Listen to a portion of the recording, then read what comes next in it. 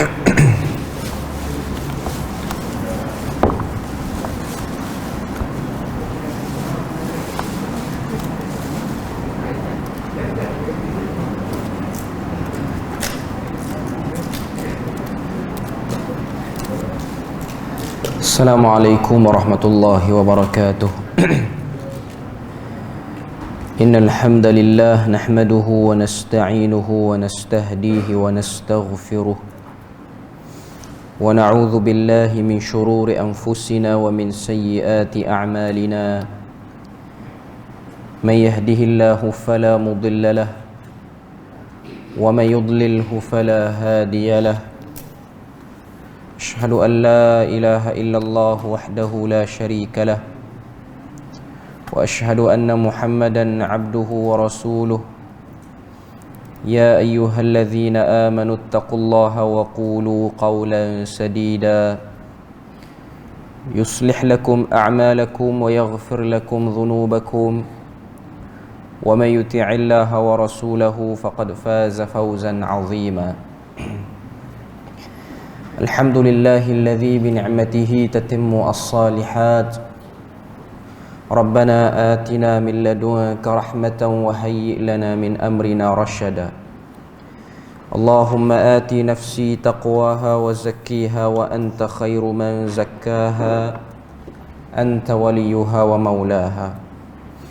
Alhamdulillah, syukur pada Allah Azza wa Jalla kerana dengan rahmat dan juga limpah kurnia yang Allah berikan pada kita, dapat kita sama-sama menyambung kembali pengajian I'tiqad Al-Imam Asy-Syafi'i karangan Syekhul Islam Ali bin Ahmad Al-Hakkari rahimahullahu ta'ala, yang mana sebelum ni kita berhenti pada muka surat yang ke-37 pada perenggan yang paling bawah sekali, iaitu pada matan yang berbunyi wa a'rifu haqqas salafil ladzina ikhtarahumullahu azza wa jalla. Qala al-muallif rahimahullahu ta'ala wa a'rifu haqqas salafil ladzina ikhtarahumullahu azza wa jalla li suhbati nabiyhi sallallahu alaihi wasallam. Maksud dia pada muka surat 36, aku memperakui hak salaf yang telah dipilih oleh Allah azza wa jalla untuk bersahabat dengan Nabi sallallahu alaihi wasallam. Okay. Apa maksud Imam Asy-Syafi'i daripada matan ni? Kata Syekh Abdul Aziz Ar-Rajihi dalam syarahnya Badli Al-Masa'i fi syarhi I'tiqad Al-Imam Asy-Syafi'i, dia kata a'rifu haqqahum wa annahum afdalul qurun. Aku mengenali hak mereka, maksud Imam Syafi'i itu, wa annahum afdalul qurun, kerana mereka itu berada pada sebaik-baik kurun, yakni sebaik-baik zaman daripada umat Nabi Muhammad sallallahu alaihi wasallam. Was-salaful muradu bihimus sahabah, dan salaf yang dimaksudkan dalam matan ini ialah para sahabat alladzina ikhtarahumullah, yang mana mereka ini telah dipilih oleh Allah azza wa jalla li suhbati nabiyhi sallallahu alaihi wasallam, untuk bersahabat dengan Nabi sallallahu alaihi wasallam. Wa haqqus sahabah, kata Syekh Abdul Aziz Ar-Rajihi, dan hak sahabat itu ialah ay yu'tarafu bi fadlihim, mengiktiraf kelebihan-kelebihan yang ada pada para sahabat. Wa annahum afdalun nas, dan mereka itu sebaik-baik manusia ba'dal anbiya, selepas daripada para nabi.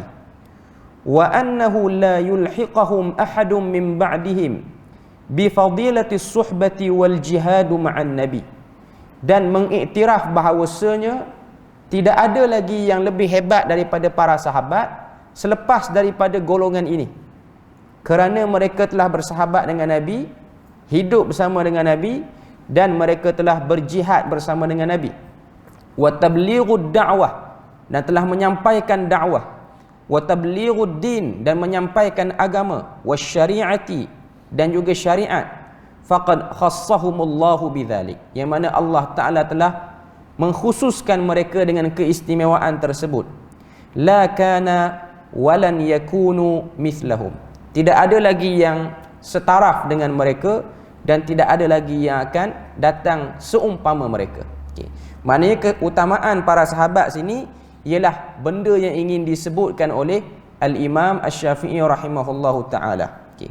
Kita tengok muka surat yang ke-39 dan juga 38. Dia kata situ muka surat 39 matan Arabnya, wa uhadditsu bi fadailihim wa umsiku amma syajara bainahum saghirihim wa kabirihim wa uqaddimu Aba Bakrin thumma Umara thumma Utsmana thumma Aliya radhiyallahu anhum al-khulafa'u al-a'immatur rasyidun. Maksud dia muka surat 38, aku menceritakan kebaikan mereka dan berdiam diri dari memperkatakan sesuatu tentang pertelagahan sesama mereka, baik sahabat yang junior ataupun sahabat yang senior. Aku dahulukan Abu Bakar, kemudian Umar, kemudian Uthman, kemudian Ali. Semoga Allah meredai mereka. Merekalah 4 khalifah yang beroleh petunjuk. Okay. Tadi Imam Asy-Syafi'i dia sebut secara ringkas, mengiktiraf sebaik-baik orang selepas pada Nabi ini ialah para sahabat. Yang digelar dengan mereka itu salafus salih. Mereka digelar dengan kumpulan yang paling terbaik, salaf as-salih, yang terdahulu dan yang salih, yang baik. Sebab salaf, kalau kita sebut perkataan salaf, dia merujuk kepada orang yang lama, orang yang terdahulu daripada kita. Okay. Yang terdahulu daripada kita ni termasuklah orang-orang yang lawan Nabi pun masuk sekali dalam tu. Okay. Tapi bila mana disebut as-salafuna as-salih, kumpulan salaf yang saleh, maka dia merujuk kepada para sahabat yang mulia sahaja. Okay. Jadi kita kena tahu dulu definisi sahabat tu. Sahabat ni ialah man laqiyan nabi, iaitu orang yang berjumpa dengan Nabi, wa yu'minu ala hadzal din, dan beriman dengan apa yang telah disebutkan di atas agama ini, wa yamutu ala hadzal din, dan dia juga mati di atas agama ni. Itu yang disebut dengan sahabat. Okay. Dan dia kena berjumpa Nabi, seperti mana yang disebutkan tadi, man laqiya, berjumpa Nabi walaupun sekali saja jumpa Nabi sudah melayakkan satu orang tu untuk menjadi sahabat Nabi. Sama ada dia jadi sahabat yang kecil ataupun sahabat yang besar. Sebab tu kau tengok para ulama bila mana dia takrifkan sahabat, dia sebut man. Man ni kalau kita belajar bahasa Arab, ianya ialah satu perkataan yang merujuk kepada benda yang berakal, iaitu manusia. Man ini ialah satu perkataan yang nak menyebutkan satu benda tu ialah daripada jenis orang.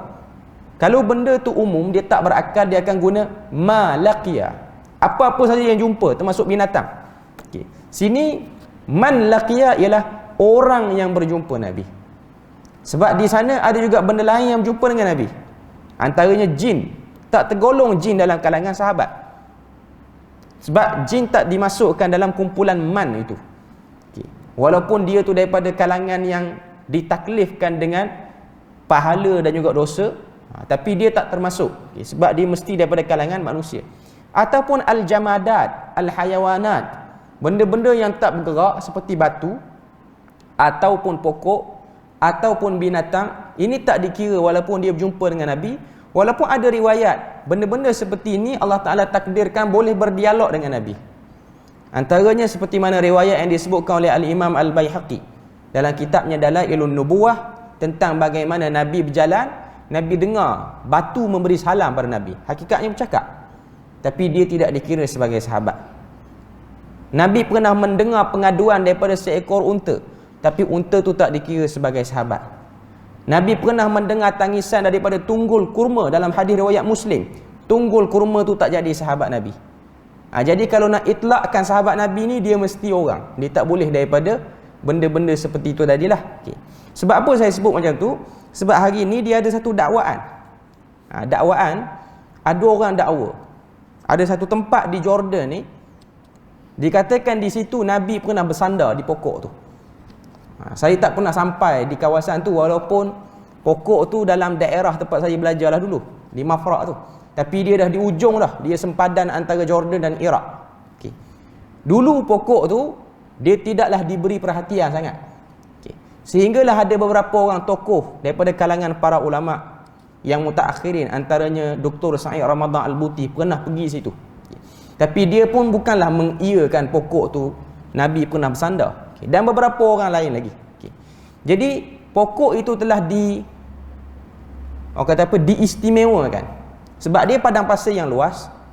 Lepas pada tu ada satu pokok. Rendang pokok dia kalau waktu musim panas, waktu musim sejuk dia tak ada daun lah. Cuma nak sebut pada kita bahawasanya ramai orang percaya itu ialah pokok yang Nabi pernah bersandar ketika mana Nabi melakukan perjalanan perniagaan dia daripada Mekah pergi ke Syam. Nabi berhenti situ. Dan ada macam-macam dakwaan lah. Hakikatnya dakwaan itu tidak benar. Hakikatnya dakwaan itu tidak benar. Selepas ada kajian yang dibuat, pokok tu baru berusia sekitar 400 ke 600 tahun. Berdasarkan ukur lilik pokok tu, ada pakar yang kaji. Maknanya kalau dia tu hidup zaman Nabi, dia mesti kurang-kurang 1500 ataupun 2000 tahun. Dia punya usia dia. Tak ada masalah yang tu. Yang jadi masalahnya ialah ada orang sebut dan ada orang gelar pokok tu the living sahabi, sahabat yang masih hidup. Tu yang salah. Sebab dia bukan sahabat. Siapa yang gelar tu? Jejak Rasul yang gelar.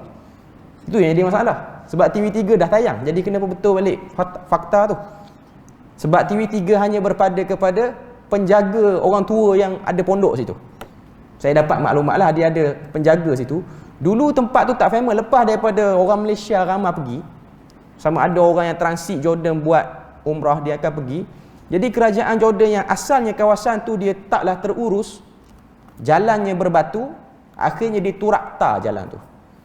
Dan saya tak pasti sama ada sekarang ni nak pergi tu ada bayaran tiket ke macam mana, wallahu a'lam. Tapi dulu tak terurus sangat. Sekitar tahun 2010, 2011, 12 ni tak terurus. Masuk 2013 benda tu dah difilmkan, didokumentarikan di Jejak Rasul, orang ramai pergi. Jadi benda tu diberi perhatian oleh tourism ataupun Jabatan Pelancongan sanalah, Kementerian Pelancongan sana, sebagai tempat yang digazetkan sebagai pelancongan. Tapi bila mana dihantar kajian, cuma tempat dia cantik lah, tempat dia cantik, padang pasir, tiba-tiba ada satu pokok yang rendang situ, orang nak berehat apa semua. Tapi dakwaan kata Nabi bersandar situ tak betul lah. Bahkan ada yang macam over sikit, dia kata ada satu part dekat pokok tu bau dia wangi, yang ni tak bau sangat, sebab itu bau badan Nabi, yang tu dah lebih tu. Dia slow-slow dah lah. Jadi tapi benda tu tak tepat, benda tu tak tepat. Nak kata benda tu sahabat Nabi memang tak tepat lah, sebab sahabat ni lah orang, dia bukan benda-benda seperti tumbuhan, binatang ataupun apa-apa saja benda yang selain pada manusia. Jadi kata balik semula kepada matan kita tadi, kata Al-Imam Asy-Syafi'i muka surat 39, wa uhadditsu bi fadailihim, dan aku menceritakan kebaikan mereka. Maksudnya uhadditsun nasu bi fadailihim, aku akan cerita pada semua orang daripada kalangan murid ataupun orang-orang mana yang jumpa Imam Syafi'i itu sendiri, aku akan cerita kelebihan dia. Falahum fadailu minha, dan aku akan sebut setiap mereka ni ada kelebihan-kelebihan tertentu, dan ada sebahagiannya dia ada kelebihan umum dan dia ada kelebihan khusus. Contoh ada beberapa orang sahabat yang Nabi sebut sahabat yang dimalukan oleh malaikat, antaranya ialah Uthman bin Affan, menantu Nabi. Uthman bin Affan ni sebab dia suka jaga diri dia, jaga orang kata apa, tubuh badan dia daripada dilihat oleh orang. Jadi dia ni malaikat pun malu. Ada yang malaikat menyapu mukanya, antaranya Jarir bin Abdullah Al-Bajali. Ini orang sahabat yang Nabi sebut di mukanya ada usapan malaikat. Selain pada tu Imran bin Husain, Nabi kata ini orang yang malaikat selalu beri salam pada dia. Sebab apa malaikat beri salam pada dia? Sebab dia ni diuji dengan satu penyakit. Riwayat kata penyakit buasir. Buasir yang tahap teruk. Buasir yang bila mana dia duduk je akan keluar darah. Dia ada buasir stage yang biasa-biasa. Tapi dia ni dia duduk, dia akan keluar darah macam perempuan yang datang haid, kata sebahagian riwayat. Jadi dia bersabar, dia tidak berubat. Dia bersabar, dia tak berubat. Bila mana dia bersabar, dia tak berubat tu, Allah Ta'ala beri pada dia kemuliaan. Antara kemuliaan dia ialah ada satu orang yang tak dikenali beri salam pada dia. Sehinggalah Nabi kata yang tak dikenali itu ialah malaikat yang memberi salam. Ada satu hari dia ni kena satu sakit lain, luka lain. Bila mana dia kena luka tu, dia tak tahan sebab dah ada dua sakit. Satu buasir, satu luka. Dia tak tahan, dia pergi berubat yang luka tu. Dia pergi berubat pula dengan kaedah kail, iaitu guna besi panas. Bila mana dia pergi berubat guna besi panas tu, besi panas ni sakit lah. Dia hilang cepat, tapi dia waktu rawatan tu dia sakit. Sebab orang tu akan ditekapkan dengan besi panas atas luka dia sehingga berasak dan luka tu akan hilang, akan matilah kuman di luka tu. Okay. Jadi 3 hari dia perasan tidak ada malaikat ataupun orang yang tak dikenali beri salam, sehingga dia mengadu pada Nabi. Dia kata, ya Rasulullah, aku perasan 2-3 hari ni tiada orang yang aku tak kenali beri salam, melainkan orang yang aku kenal saja. Maka Nabi pun kata, apa yang kamu buat beberapa hari sebelum ni? Dia kata, aku pergi berubat. Jadi kemuliaan tu hilang sekejap, lepas tu bawa dia balik.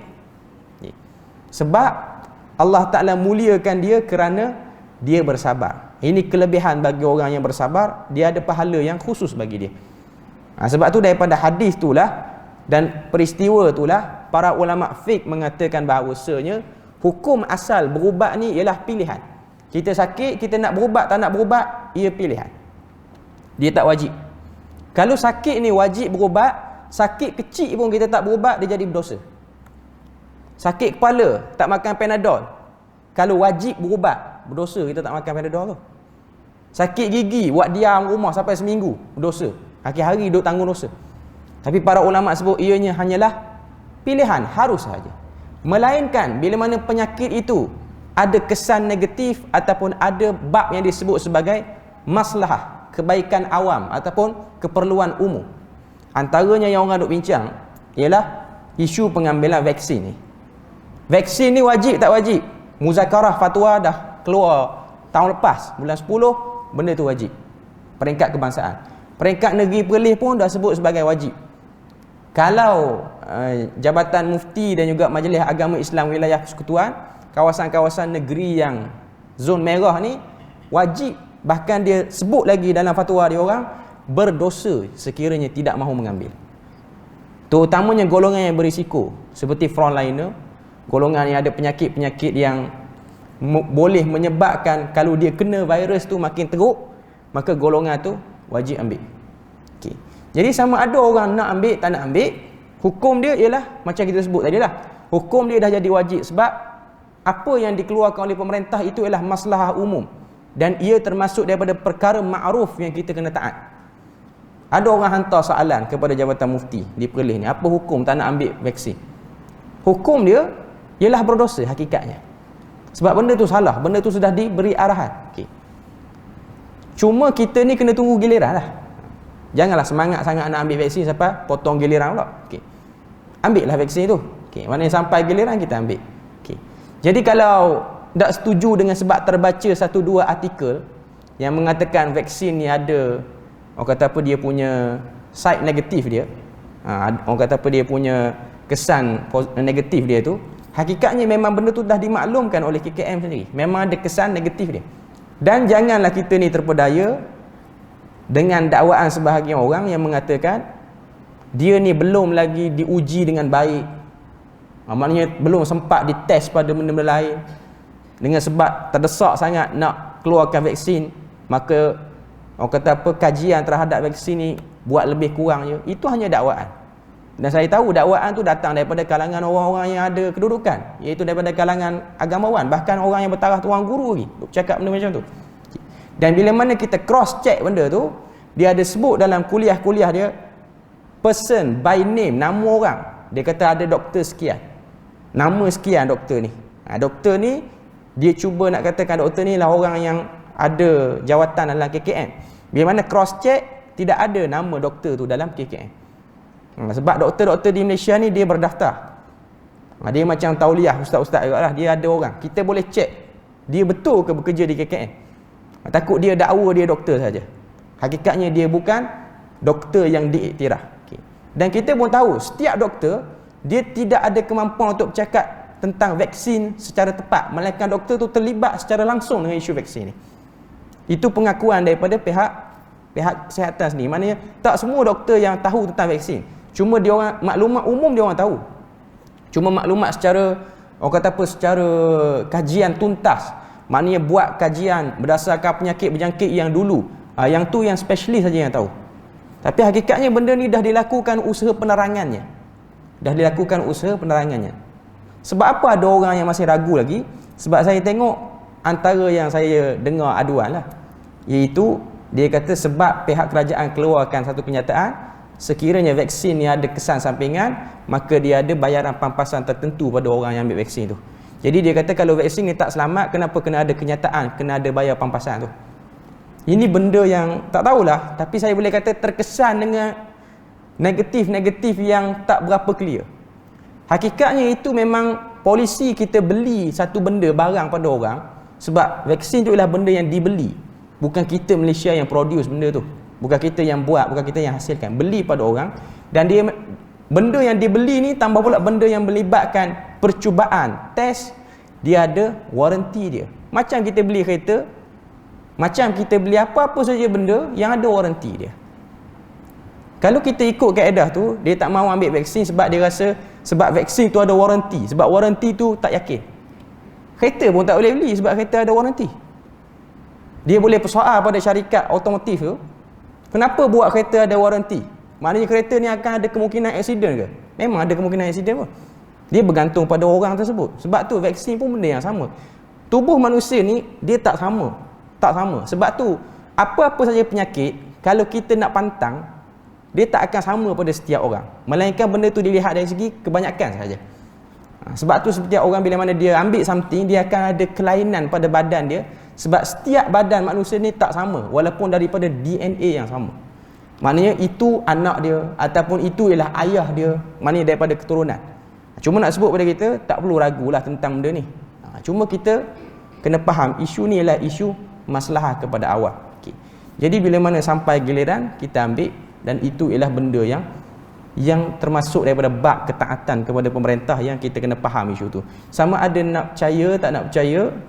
Tapi saya tengok yang tak percaya ni kebanyakannya dengar pada kajian yang berat sebelah. Kena tengok pada dua-dua kajian, supaya kita tak jadi golongan yang buat rumusan yang kurang masak lagi. Okay. Jadi kita sambung lagi apa yang disebut sini. Wa umsiku amma syajara bainahum saghirihim wa kabirihim. Maksud dia, dan berdiam diri dari memperkatakan sesuatu tentang pertelagahan sesama mereka, baik daripada sahabat yang junior ataupun sahabat yang senior. Ini yang disebutkan oleh Al-Imam Asy-Syafi'i. Dia kata, yaqulu umsiku anil khilafati allati hasalat bainahum li'annaha sadarat an ijtihad.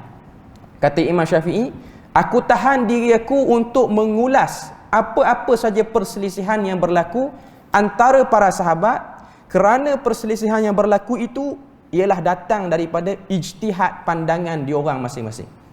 Fanniza'u alladhi hasala bainahum wal hurubu allati hasalat baina Ali wa Muawiyah radhiyallahu anhuma wal waqa'i'u allati hasalat mithla waqa'atu Siffin wa qatl al-Jamal, kullu hadhihi nasha'at an ijtihad. Faman asaba falahu ajran wa man asaba falahu ajr. Kata Ar-Rajihi yang syarahkan matan ni, dia kata Imam Asy-Syafi'i maksudkan sini, aku akan mendiamkan diri pada perbalahan yang berlaku di antara sahabat sehingga menyebabkan berlaku peperangan. Dia beri contoh sini ialah perselisihan, pertelagahan yang berlaku antara Ali dan juga Muawiyah ketika mana zaman pemerintahan Ali bin Abi Talib, yang semua kita tahu dan kita maklum sejarah ni, iaitu bagaimana Muawiyah bin Abi Sufyan dia ada sedikit keengganan nak memberi bai'ah kepada Ali bin Abi Talib. Sebab apa? Sebab miscommunication. Maklumat yang sampai kepada Muawiyah tak sama, maklumat yang sampai pada Ali pun tak sama. Melihat kepada suasana zaman pada waktu tu, bukan macam zaman kita. Maklumat nak sampai ambil masa. Dan orang yang nak sampaikan maklumat tu pun terdedah dengan bermacam-macam cubaan orang nak propagandakan dia. Sebab tu kalau tengok Ali bin Abi Talib ni, siapa yang bunuh dia? Abdul Rahman bin Muljam. Abdul Rahman bin Muljam ni siapa? Seorang tabi'in yang telah dimuliakan oleh Umar Al-Khattab. Umar Al-Khattab kata pada Amru bin Al-As. Ketika mana Amru bin Al-As jadi gubernur di Mesir, Amru bin Al-As hantar surat pada Umar di Madinah, tolong hantar satu orang yang boleh hajar pada orang Mesir ni Quran. Dihantarlah Abdul Rahman bin Muljam. Umar kata, aku menyaksikan ilmu dia terhadap Quran. Dihantarlah Abdul Rahman bin Muljam ni tabi'in ke Mesir, dan dia ajar Quran. Dia ajar Quran. Dalam waktu dia ajar Quran tu, nama dia makin naik. Orang Mesir makin pandang tinggi pada dia.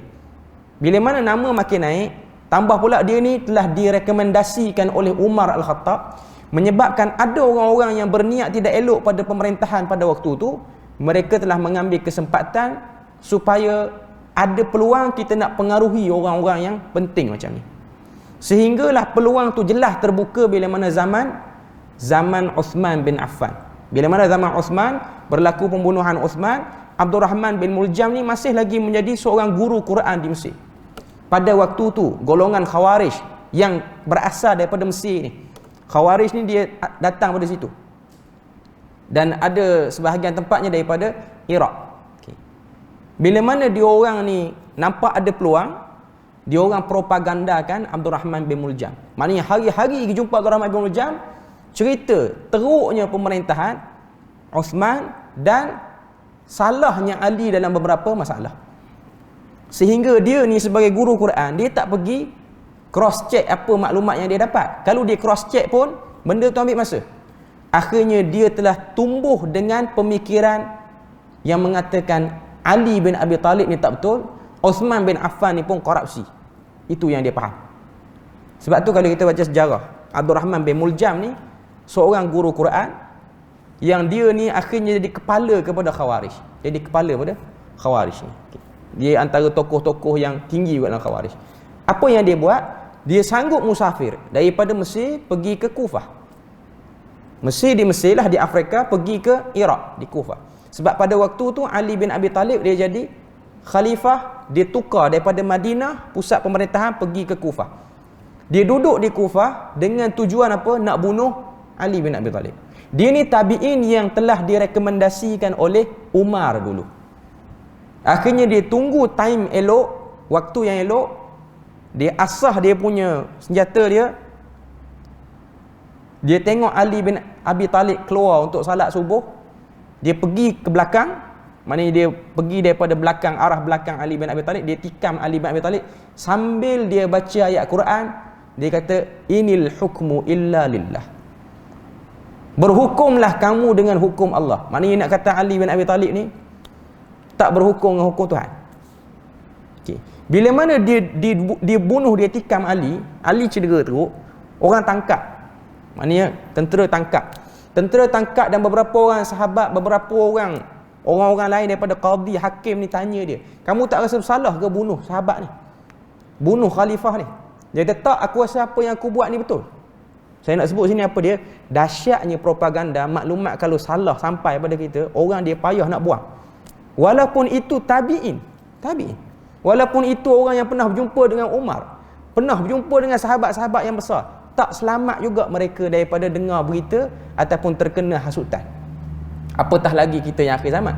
Sebab tu tak pelik kalau orang tak percaya vaksin ke apa semua, orang tak percaya COVID ni, tak pelik. Sebab memang makin jauh zaman dengan zaman Nabi ni, maka memungkinkan manusia ni hidup dalam kehidupan dia dengar hasutan, berita-berita tak betul. Memungkinkan. Jadi sebab itulah benda ni yang dibimbangi oleh Nabi. Propaganda, tambah makin moden zaman ni, propaganda makin mudah untuk disampaikan dan dicairkan dalam pemikiran masyarakat. Jadi ini benda yang kita boleh tengok. Okay. Cuma Imam Asy-Syafi'i, dia pilih pandangan dia, tak mau cakap. Dia tak mau usik, tak mau ulah pun isu ni. Sebab orang dah tuduh dia waktu dia tulis matan ni sebagai Syiah. Orang tuduh dia. Dia melebihkan Ali bin Abi Talib. Nanti kita akan sebut bila mana dia sebut nama beberapa orang sahabat. Cuma pendirian Imam Asy-Syafi'i, dia kata, aku tak akan ulas peperangan yang berlaku. Maknanya dia tak akan buat bacaan. Sebenarnya antara Ali dengan Muawiyah ni, Muawiyah lah yang salah. Dia tak nak sebut. Ataupun Ali lah yang salah. Tak nak sebut. Dia nak pegang pandangan macam sebahagian sahabat yang lain, diam. Isu ni diam. Sebab diam sahajalah yang akan mengurangkan salah faham. Sebab tu kalau kita tengok zaman kita hari ni benda yang berlaku, kekeliruan yang berlaku, apa saja benda yang berlaku lah. Sebelum Covid ke, selepas Covid ke, ubat pada Covid ke, apa-apa benda sajalah. Yang jadi makin huru-hara ni lah ramainya yang bercakap. Terlalu ramai orang yang ingin bercakap dan mengulas. Dan sayangnya, bila mana yang bercakap itu ialah orang yang ada kepentingan dan kuasa, setiap apa yang keluar daripada mulut dia mampu menarik banyak wajah untuk melihat apa yang dia sebut. Jadi ini benda yang kita kena tahu. Sebab tu pendirian para sahabat untuk diam itu lebih baik. Ini bab yang kita perlu diam. Jadi Imam Syafi'i dia diam, dia tak nak bercakap. Dia tak nak ulas apa yang berlaku antara Muawiyah dan Ali. Tak nak ulas juga apa yang berlaku pada peperangan Siffin dan juga peperangan Jamal. Cuma kata Imam Syafi'i, kullu hadhihi nasya'at an ijtihad. Semua ni berlaku kerana ijtihad yang dikeluarkan oleh mereka. Mereka ni sahabat Nabi yang mulia. Maka kata Imam Syafi'i, kata Ar-Rajhi yang syarahkan matan Syafi'i ni, faman asaba falahu ajran. Mana-mana sahabat yang berijtihad pada waktu tu dan dia betul dalam ijtihad dia, maka dia mendapat 2 pahala. Wa man akhta'a falahu ajrun. Barang siapa sahabat yang silap dalam ijtihad dia, dia pun mendapat 1 pahala. Okay. Semua ini disebutkan oleh para ulama bertitik tolak daripada satu hadis, yang mana hadis itu diriwayatkan oleh Al-Imam Al-Bukhari. Hadis tu kata, Nabi kata, idza hakamal hakimu, apabila satu orang pemerintah telah memutuskan satu keputusan, fajtahada, dan dia keluarkan keputusan tu dengan sebab ijtihad pandangan dia, thumma asaba, kemudian betul lah ijtihad tu, pandangan tu, falahu ajran, dia dapat 2 pahala. Wa idza hakama, dan apabila ia berhukum, fajtahada, dia berijtihad, thumma akhta'a, kemudian dia tersilap, falahu ajrun, maka baginya 1 pahala. Hadis ni kalau kita tengok digunakan kepada golongan mana? Al-Hakim yang disebutkan dalam hadis Nabi ni ialah orang yang dah dilantik sebagai ketua pemerintah. Ataupun yang kedua, orang yang dilantik oleh pemerintah menjadi wakil untuk memutuskan hukum. Realiti kita Malaysia ni siapa? Hakim lah. Yang amat arif ni ialah orang-orang yang dilantik oleh pihak kerajaan untuk putuskan hukum. Daripada ketua hakim negara sampailah ketua-ketua hakim yang mahkamah rendah ke, mahkamah syariah apa semua ni, ialah wakil-wakil yang telah dilantik oleh pemerintah, ditauliahkan oleh pemerintah untuk memutuskan satu hukum. Termasuk juga pemerintah. Jadi bila mana dia keluarkan pandangan, maka pandangan dia tu walaupun salah, setelah dibuktikan ada silap, tapi silap dia tu kecil, maka dia dapat pahala juga. Jadi kedudukan mereka para sahabat ni, mereka semua ialah golongan-golongan yang boleh berijtihad. Kita tak masuk dalam hadis ni, orang awam tak masuk dalam hadis ni. Orang-orang yang dilantik oleh pemerintah sahaja, orang-orang yang ada kedudukan saja. Jadi dia telah melakukan tanggungjawab dia, dia berijtihad. Macam mana Muawiyah berijtihad, tidak mahu bai'ah kepada Ali, sehingga pembunuh Uthman dibuktikan siapa? Itu ijtihad yang benar hakikatnya. Apa yang dilakukan oleh Ali bin Abi Talib? Dia nak cari sokongan ramai dulu, baru nak cari siapa pembunuh Uthman. Itu pun yang benar pada waktu tu. Inilah benda yang kita kena tahu daripada bab perselisihan di kalangan para sahabat. Sebab inilah tempat at-ta'nu fis sahabah, cercaan ataupun celaan kepada sahabat bermula. Daripada peristiwa inilah berlakunya golongan yang secara jelas nak mencaci maki sahabat, imma daripada golongan Khawarij ataupun daripada golongan Syiah pada waktu itu. Kedua-duanya mempunyai niat yang tidak baik, merendahkan golongan yang paling mulia iaitu para sahabat. Sedangkan Nabi dah sebut, la tasubbu ashabi, jangan kamu mencela memaki sahabat-sahabatku. Sebab apa yang dilakukan oleh para sahabat tak akan dapat ditandingi oleh mana-mana orang selepas pada tu, daripada tabi'in sampailah kepada kita hari ini. Sebab tu Nabi telah buat perbandingan. Satu cupak yang disedekahkan oleh Abu Bakar, ianya lebih baik daripada langit dan bumi berbanding orang lain yang bersedekah dengan kadar yang sama. Sebab apa? Kelebihan. Kita kena iktiraf, ini ialah golongan yang dimuliakan oleh Allah Azza wa Jalla. Jadi tidak ada orang yang ada perasaan nak petikai. Sebab tu para ulama dia sebut, mana-mana orang yang dia ada satu sikap, dia rasa macam sahabat ni ada benda tak kena, at-ta'nu fil akidah, kita kena cek akidah dia. Benda tu disebutkan oleh para ulama. Dan benda ni memang kalau kita tengok orang yang banyak bercakap lambat ni, Akhirnya dia akan diwaswaskan tentang sahabat tu. Saya kata ni sebab pengalaman saya sendiri, kawan-kawan yang belajar sampai peringkat master di Jordan apa semua. Cerdiklah belajar apa semua. Bincang, last sekali dia keluar satu kenyataan, dia kata saya tak suka Uthman bin Affan. Dia keluar kenyataan. Kita orang pun tanya sebab apa tak suka. Dia kata apa yang dia baca pada pemerintahan Uthman selama 12 tahun tu, banyak tanda-tanda mengatakan Uthman bin Affan ni korupsi waktu perintah. Dia sebut dia tu hafal Quran. Johan pun bagi setengah negeri, tak nak sebutlah nama apa. Cuma dia ada something tu. Dia rasa Uthman ni ada. Sedangkan Nabi dah puji Uthman tu. Dan kau tengok, benda ni bukan benda baru lah, benda yang dah dibincang lama. Dr. Yusuf Al-Qaradawi bila mana dia sebut benda ni, sebab ada orang yang nak bercakap lagi tentang sahabat ni. Hakikatnya kita kena tahu, sahabat mereka golongan yang dah mendahului kita, mereka pun dah meninggal semuanya. Kita bincang dia orang ni betul tak betul, benda tu dah selesai dah. Hakikatnya mereka dah buktikan mereka telah berjuang bersama dengan Nabi. Itulah yang menutup kekurangan sahabat yang kecil-kecil tu. Sebab tu tak perlu bincang. Sebab tu Imam Syafi'i dia tutup tu pintu ni, tak perlu bincang sebab mereka telah membuktikan dan Quran telah menyaksikan apa yang mereka buat. Yang jadi masalah hari ni ialah kita yang selepas daripada sahabat.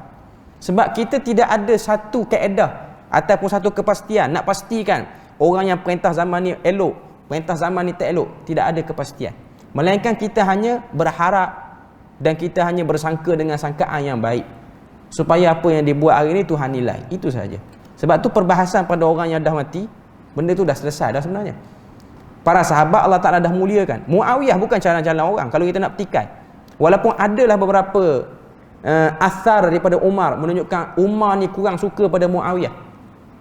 Saya pun ajaib sebab benda tu keluar daripada Syiah. Syiah dia kata Muawiyah ni tak betul. Sebab apa? Umar pun tak setuju dengan Muawiyah. Sedangkan Umar pun dia kafirkan juga.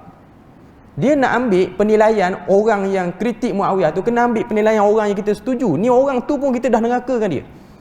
Jadi penilaian tu kurang adil lah. Okay. Dalam bab tak suka dengan Umar, dia bantai puas-puas hati. Dalam bab Umar kritik Muawiyah, dia ambil pula. Jadi ini penilaian yang tak betul. Memang ada riwayat yang menunjukkan Umar kurang setuju dengan Muawiyah waktu dia jadi gubernur. Antaranya Muawiyah buat pintu rumah dia, sedangkan Umar larang mana-mana gubernur yang memerintah di bawah kerajaan Umar tidak boleh ada pintu rumah. Umar tak boleh ada pintu. Itu ialah perkeliling kerajaan pada waktu tu. Cuma Muawiyah dia buat pintu.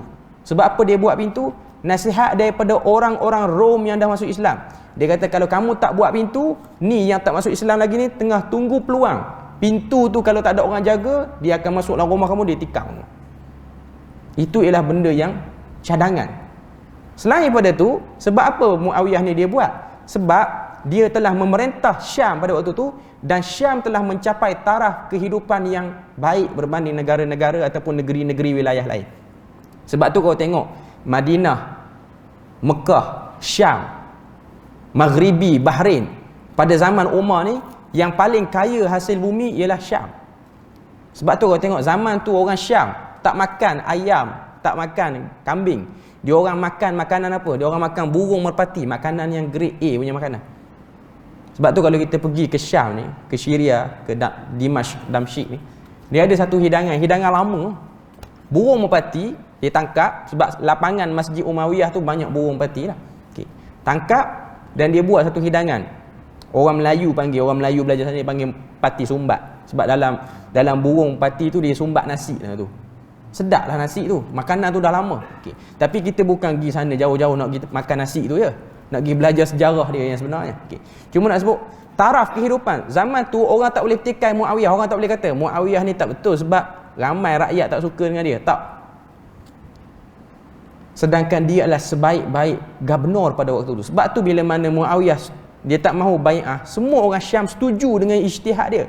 Kalau orang Syam tak suka dia, orang Syam akan kata biar dia seorang lah. Kita nak bersama dengan Umar, kita nak bersama dengan Ali juga. Tak. Semua orang Syam solid bersama dengan Umar. Dengan Muawiyah. Cuma benda ni ialah isu politik sahaja. Dia bukan isu yang berkait sahabat ni langgar hukum Tuhan. Bukan. Pandangan dia sahaja. Okay. Jadi sebab tu Imam Syafi'i ditutup benda ni. Jadi sebab apa saya sebut ni? Sebab pemikiran orang tak suka pada Muawiyah ni masih ada. Hatta di kalangan orang Melayu kita sendiri pun. Terutamanya orang-orang yang mengkaji. dia baca, dia ada satu benda yang dia rasa kurang. Dan kalau tengok kita orang Melayu ni pun jarang jumpa orang Melayu nama Muawiyah, jarang. Orang Melayu nama Ali ramai. Saya bukan nak kata orang Melayu terkesan dengan Syiah apa semua. Cuma pemikiran tu dah lama dah. Hatta kita tengok dulu dalam teks silibus pendidikan pun untuk tingkatan 6 ni, cerita bab Muawiyah ni memang berat sebelah dalam tamadun Islam. Sehinggalah digubal balik dia punya kata apa sejarah tu supaya bagi seimbang tawazun antara Ali, Osman dan juga Muawiyah bin Abi Sufyan. Sebab kita tahu Muawiyah itu ialah seorang penulis wahyu. Dia bukan calon-calon orang. Dia ada usaha yang besar kepada penulisan Quran yang kita baca hari ni. Jadi itu benda yang kita tahu. Jadi sahabat ni, sebab tu para ulama dah buat satu kaedah, kullus sahabat yang udul. Semua sahabat ni adil. Kalau kita ada rasa sahabat ni macam ada something, itu problem pada iman kita, bukan problem pada sahabat tu. Problem kita tak jumpa banyak apa lagi kemuliaan sahabat. Sebab adanya ayat Quran yang dah muliakan sahabat, itu dah jadi dalil bahawasanya sahabat ni mulia semua. Allah Ta'ala sebut as-sabiqunal awwaluna minal muhajirin wal ansar alladzina tabauhum bi ihsan. Orang yang awal, orang yang terdahulu daripada muhajirin dan ansar, semua ni Allah Ta'ala redha. Jadi tidak ada lagi isu nak petikai sahabat, tidak ada lagi isu. Kalau nak bahas ijtihad sahabat ni kurang tepat, yang ni tepat sikit, itu boleh. Tapi tak ramai juga para ulama yang setuju kita nak bahas tentang sahabat lebih-lebih. Yang lepas pada tu tak apa. Okay. Kemudian kata Imam Asy-Syafi'i, wa uqaddimu Abu Bakrin thumma Umar thumma Uthman thumma Aliyan al-khulafatul al-a'immatu ar-rasyidun. Kemudian aku mendahulukan Abu Bakar, kemudian Umar, kemudian Uthman, kemudian Ali. Maknanya ini ialah the best sahabat antara semua sahabat yang ada pada waktu tu, sebab mereka ni khulafa ar-rasyidin. Okay. Kemudian kita ada masa sikit lagi, kita ambil yang bawah tu, wa aqidu qalbi wa lisani ala anna al-Qur'ana kalamullahil munazzalun ghairu makhluqin. Okay. Kalau ada masa yang sempat kita akan bahas, sebab bab Quran makhluk ni adalah bab yang agak orang kata apa jadi isu zaman Imam Syafi'i. Zaman kita ni benda tu dah selesai dah. Okay. Cuma dia antara perbahasan yang dibincang panjang. Okay. Dan terkena fitnah dia tu hampir ratusan tahun. Okay. Kata Imam Asy-Syafi'i, wa aqidu qalbi, yakni anna aqidata ahli sunnata wal jama'ata hiya anna kalamullah munazzalun ghairu makhluqin lafzuhu wa ma'nahu. Okay.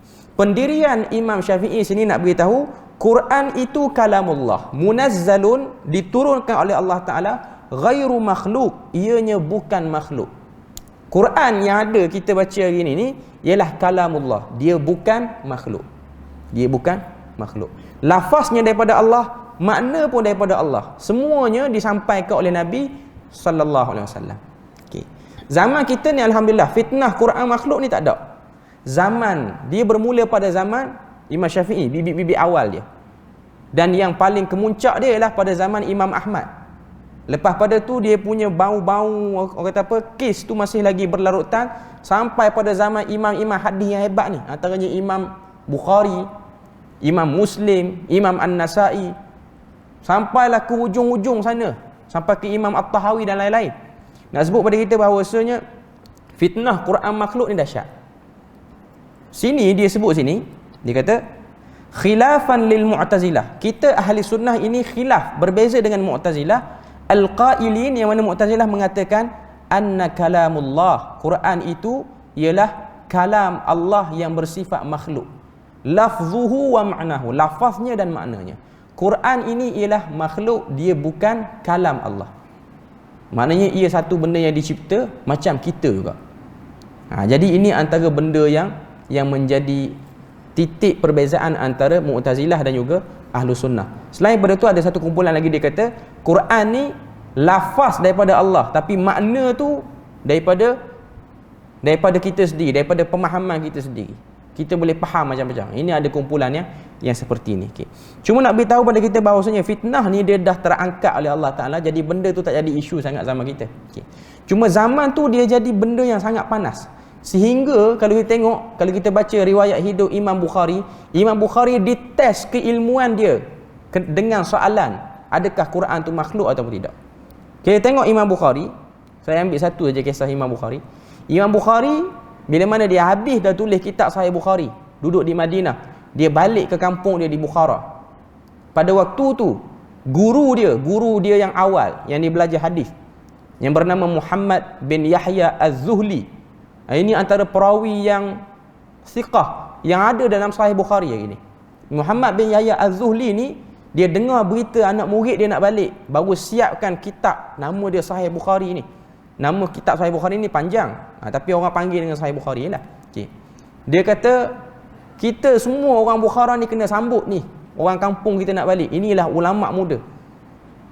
Dalam riwayat Az-Zahabi sebut, dalam Siyar A'lam An-Nubala, sambutan menyambut Imam Bukhari balik ni hampir 2 marhalah disambut.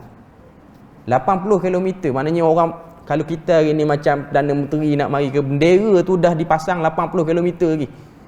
Saya nak bagi faham je lah, maknanya orang dah beratur tepi jalan tunggu sambut. Dan kata Az-Zahabi, hatta pemimpin pun tidak disambut seperti itu pada zaman tu, kerana keilmuan dia.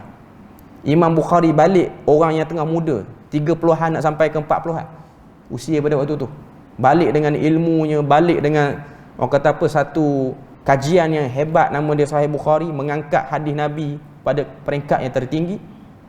Orang bagi dia satu tempat untuk dia mengajar. Kuliah pertama dia dalam riwayat sebut, orang naik sampai ke tingkat atas bangunan tu, maknanya penuh, dalam bangunan, luar bangunan penuh. Sehingga guru dia kempen, pergi belajar dengan dia, tak payah belajar dengan aku banyak sangat, ni belajar dengan yang muda. Sehinggalah bila mana kuliah dia tu ramai, ada satu orang masuk dalam kuliah tu tanya. Sebahagian riwayat kata inilah perisik daripada pihak kerajaan. Dia beri lalu azan tu.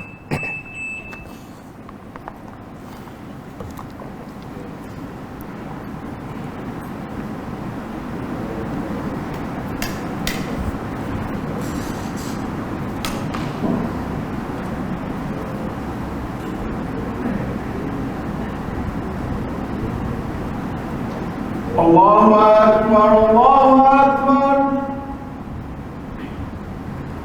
Allahu Akbar,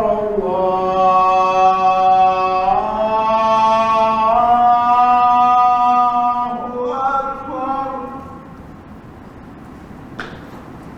Asyhadu an la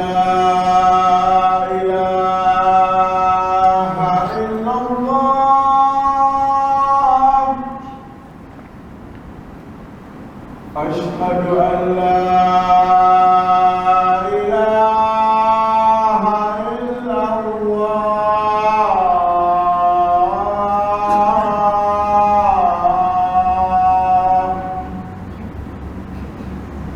Asyhadu anna Muhammadar Rasulullah.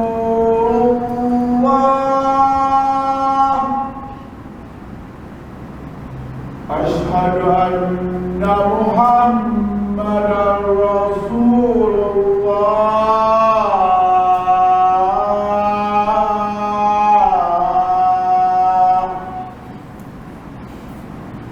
Hayya 'alas salah,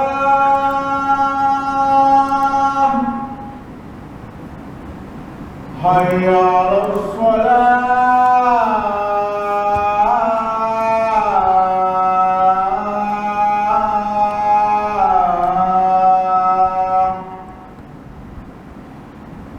حي على الفلاح،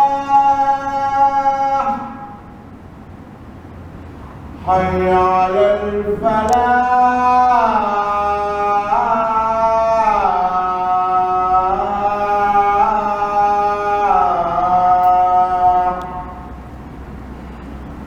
Allahu Akbar,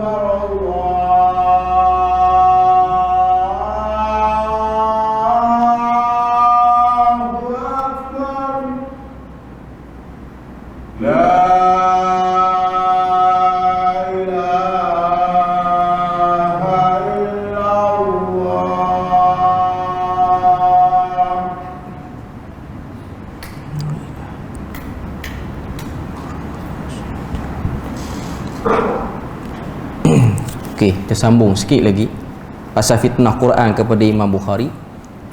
Bila mana ada satu orang masuk dalam kelas pengajian dia dan tanya satu soalan, tanya pendapat Imam Bukhari, Quran ni makhluk ataupun tidak. Maka jawab Imam Bukhari, dia kata pada waktu tu, Quran itu kalam Allah.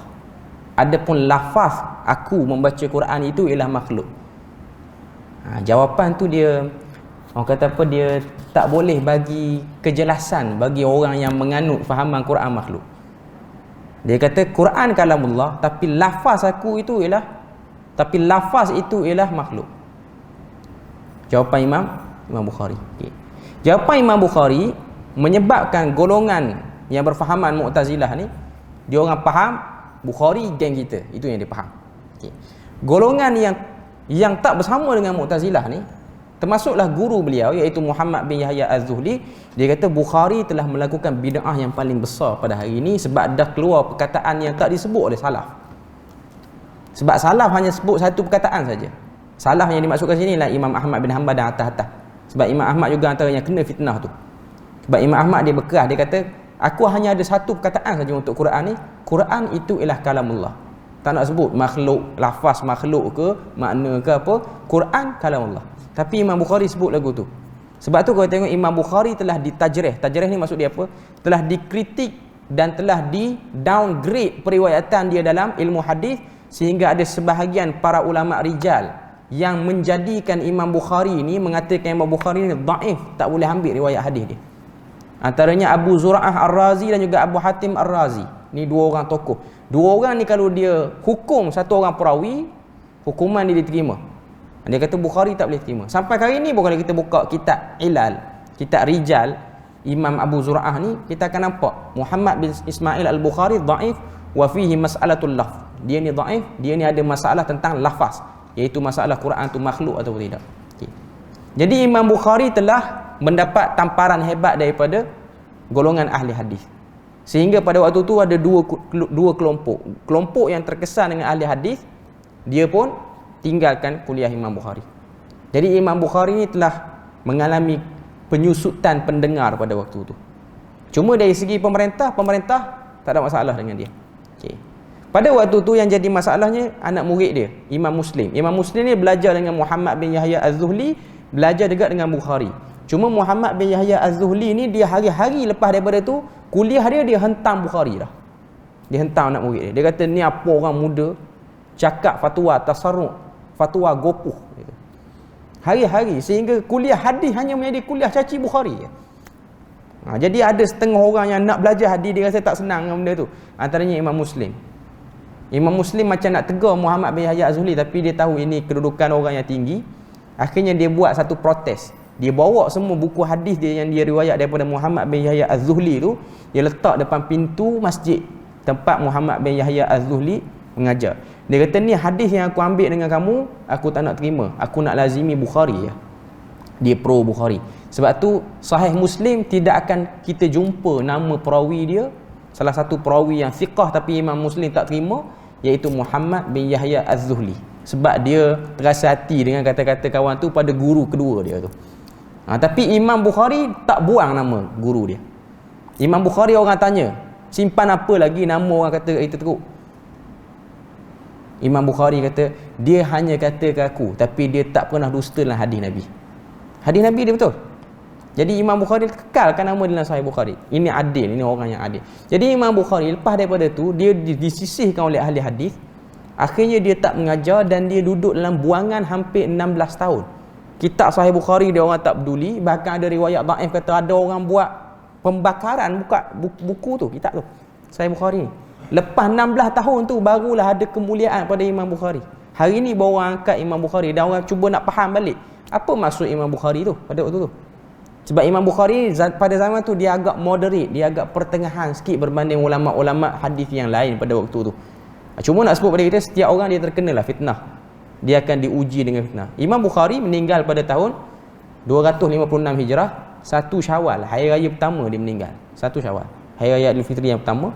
Dia nak melarikan diri ke tempat lain sebab orang dah berbalah kewujudan dia situ. Orang tak suka dia ada. Sehingga berlaku macam tumpahan darah. Sebab ada orang tahan Bukhari dan ada orang macam nak halau Bukhari daripada situ. Okay.